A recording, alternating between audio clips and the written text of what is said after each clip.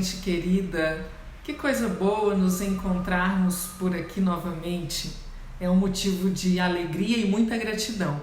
Hoje nós chegamos ao segundo capítulo do Evangelho de Mateus. A gente tem pela frente aqui um texto muito intrigante e desafiador para estudar. Bom, Mateus ele descreve no capítulo 2 o nascimento de Jesus, ou seja, o nascimento da proposta de vida nova trazida por Jesus e também as consequências dessa vida nova.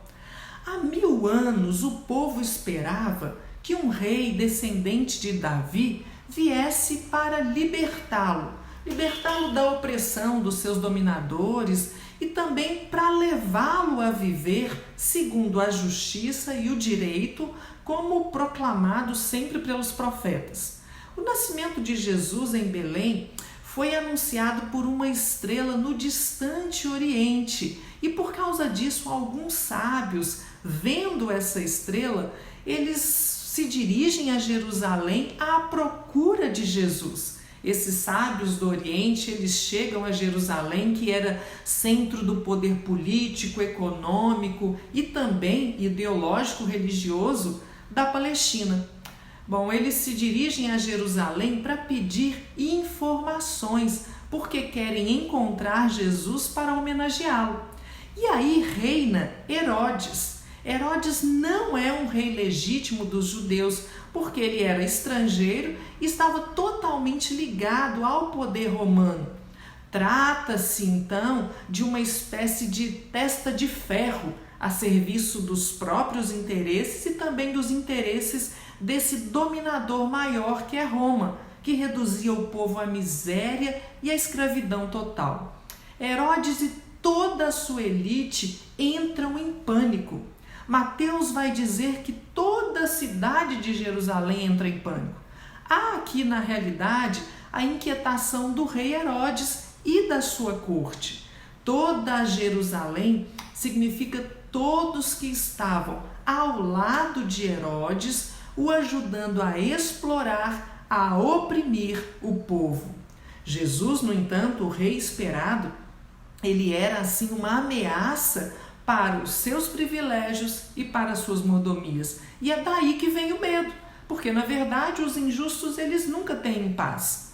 Pensa bem, sábios estrangeiros vindos de longe perguntavam por um novo rei do judeu. Imagina que notícia perturbadora para esse cruel Herodes. Aqui a gente vê a inquietação de um poder violento e ambicioso que se sente ameaçado por um recém-nascido. É o embrião de uma vida nova para todos. Embora ali muito humilde, desconhecido, ele já atrai os conselheiros dos reis, os sábios. Bom, para indicar o nascimento do menino, Mateus ele fala então de uma estrela. Por que ele faz isso? Porque os orientais eles costumavam dizer que uma estrela especial surgia quando nascia alguém muito importante.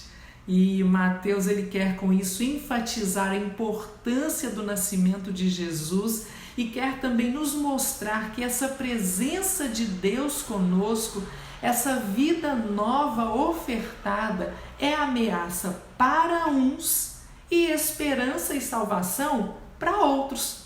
Bom, a questão que se coloca para a gente é: para quem seria ameaça e para quem seria salvação? E como essa vida nova acontece? Vamos analisar o capítulo 2 de Mateus em 2 momentos para ficar claro para a gente essas 2 questões. A primeira que a gente vai avaliar nesse primeiro momento é a seguinte questão: para quem a vida nova é ameaça e para quem é salvação? Capítulo 2 de Mateus, do versículo 1 ao versículo 2. Bom, para quem a vida nova é ameaça e para quem é salvação?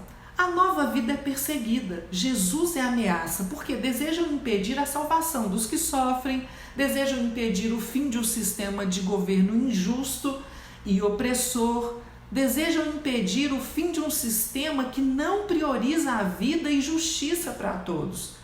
Herodes, ele chama os chefes dos sacerdotes e escribas para que eles verificassem as escrituras. Nós lemos no versículo 4.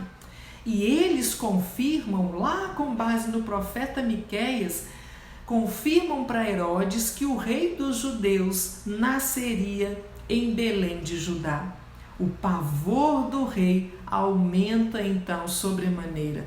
Herodes chama secretamente aqueles sábios para saber quando de fato a estrela lhes havia aparecido. Bom, depois de obter a informação, ele pede para os sábios para que eles retornassem depois de encontrar o menino, para compartilhar o local que ele estava. E aí Herodes argumenta que também gostaria de adorar o menino. Herodes é muito falso. Na verdade, tratava-se de uma astúcia desse rei, porque a sua intenção era acabar com toda aquela história e simplesmente matar a Jesus. A solução é então perseguir e eliminar quem está no meio do povo lutando pela sua libertação de toda essa opressão. Bom, mas a vida nova também, ela é acolhida. Jesus também é salvação para tantos outros. Se alguns ficam apavorados com Jesus e com a vida nova que ele oferece e fazem de tudo para apagá-lo da história, outros, no entanto, se alegram porque veem em Jesus o ressurgir da sua esperança de liberdade e de vida. Essa esperança, ela renasce toda vez que a justiça triunfa sobre a injustiça. Ela renasce sempre que a liberdade e a vida triunfam sobre toda a escravidão e sobre a morte. Os sábios partem e encontram o menino e sua mãe. Esse encontro dos sábios com Jesus se dá na casa. Casa é onde há lugar para todos. Os presentes que os sábios dão a Jesus mostram a submissão a um rei, simbolizado pelo ouro. Mostram também o reconhecimento de que esse rei é divino, simbolizado aqui pelo incenso. E por outro lado, mostram que esse rei vai ser morto, que é o que significa a mirra, porque ela era usada no sepultamento. De fato, Jesus é verdadeiramente o Messias, Rei justo e misericordioso, que morre pela sua prática em favor da vida, mas que será também ressuscitado por Deus e reconhecido por todos como Filho de Deus. Os estrangeiros da história aqui de Mateus, eles sabem muito bem discernir os sinais. E aí eles vão despistando Herodes e os seus, esses sábios voltam para suas terras, para suas culturas de origem, por caminhos diferentes. Então, os sábios que vieram de tão longe, eles representam todos os povos, todos que esperam ardentemente pelo Rei justo, pelo governante que os libertará dos inimigos que exploram, que oprimem e que ensinará a viver na justiça e no direito.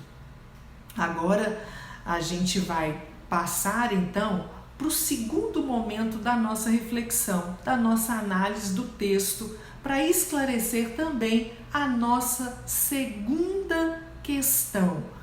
Como a vida nova acontece? Como essa vida nova se dá? É o que nós vamos ver nesse segundo momento do capítulo 2 de Mateus, dos versículos 13 até 23. Como essa vida nova acontece? A partir de agora, então, fica claro que essa vida nova ela se dá, ela acontece através de um novo êxodo.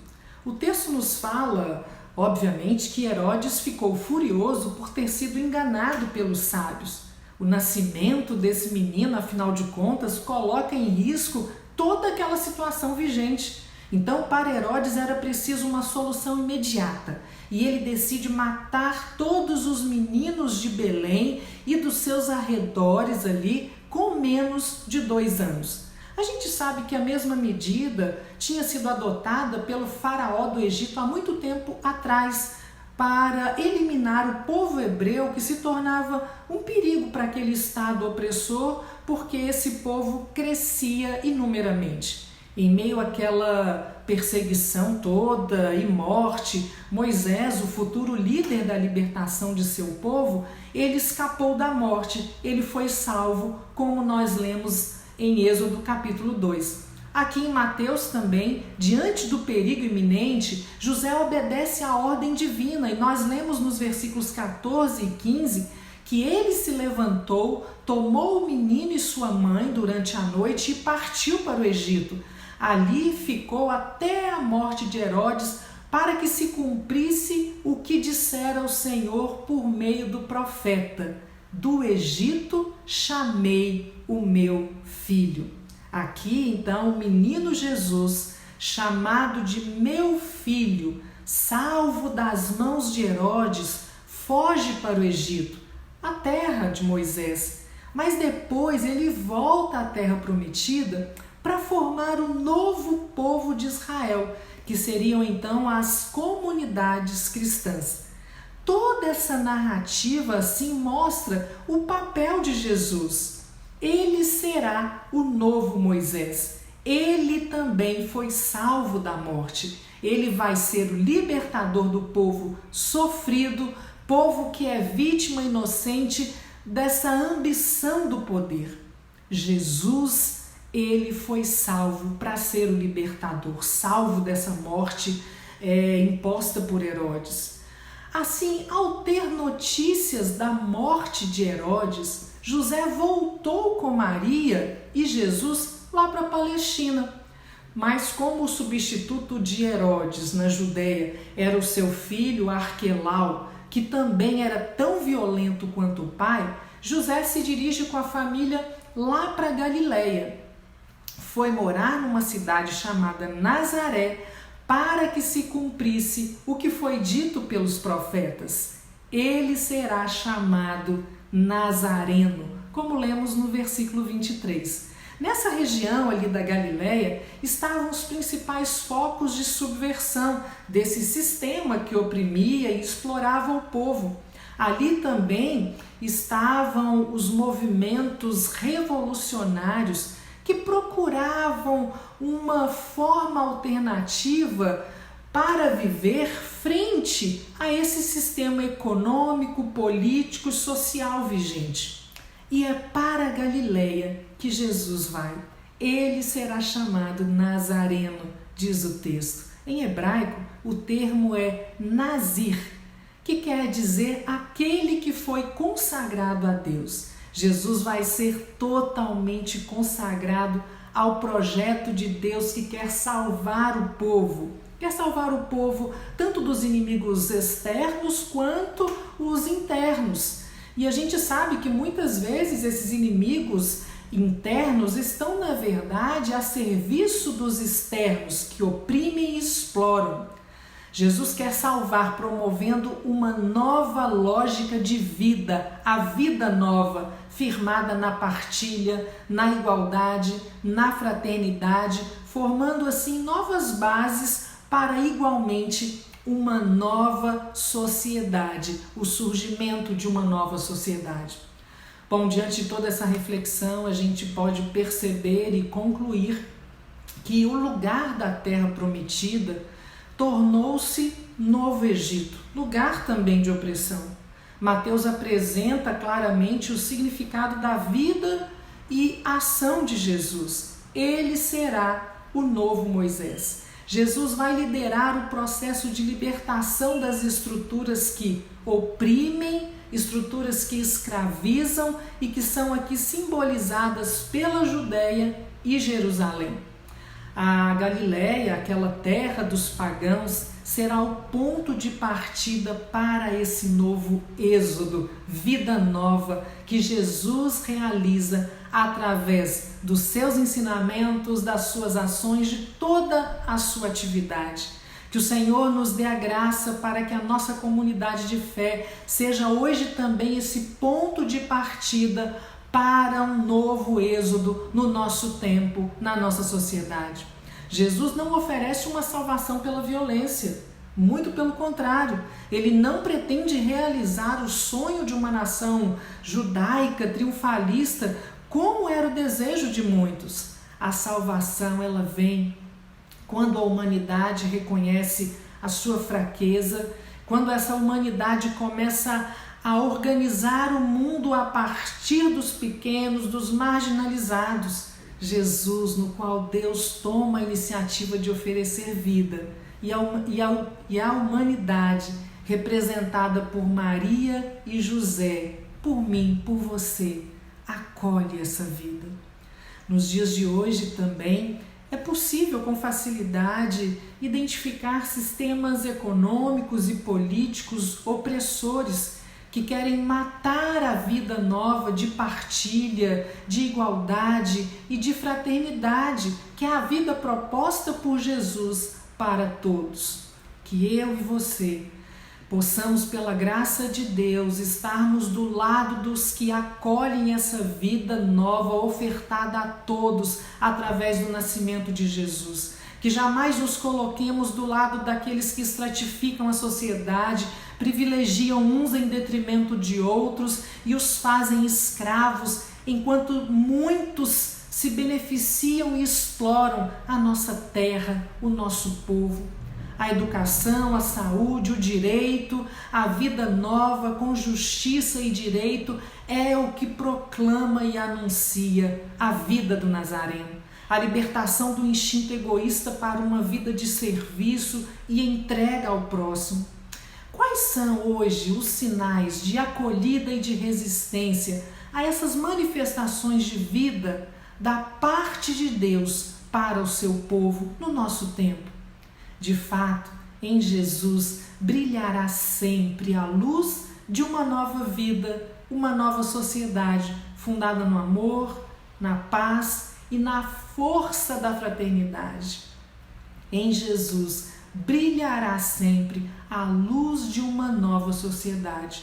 Cabe a nós hoje, cada um, cabe à nossa comunidade, iluminar todas as relações, nossa sociedade, com a luz da vida de Jesus. A vida que Cristo oferece é uma vida que nos instiga, que nos inspira à entrega, à doação, ao amor, que nos inspira a viver para proclamar que Ele traz vida, e vida que nasce da morte, é vida que traz perdão, é vida de Cristo em cada um de nós. Você pode cantar comigo essa canção?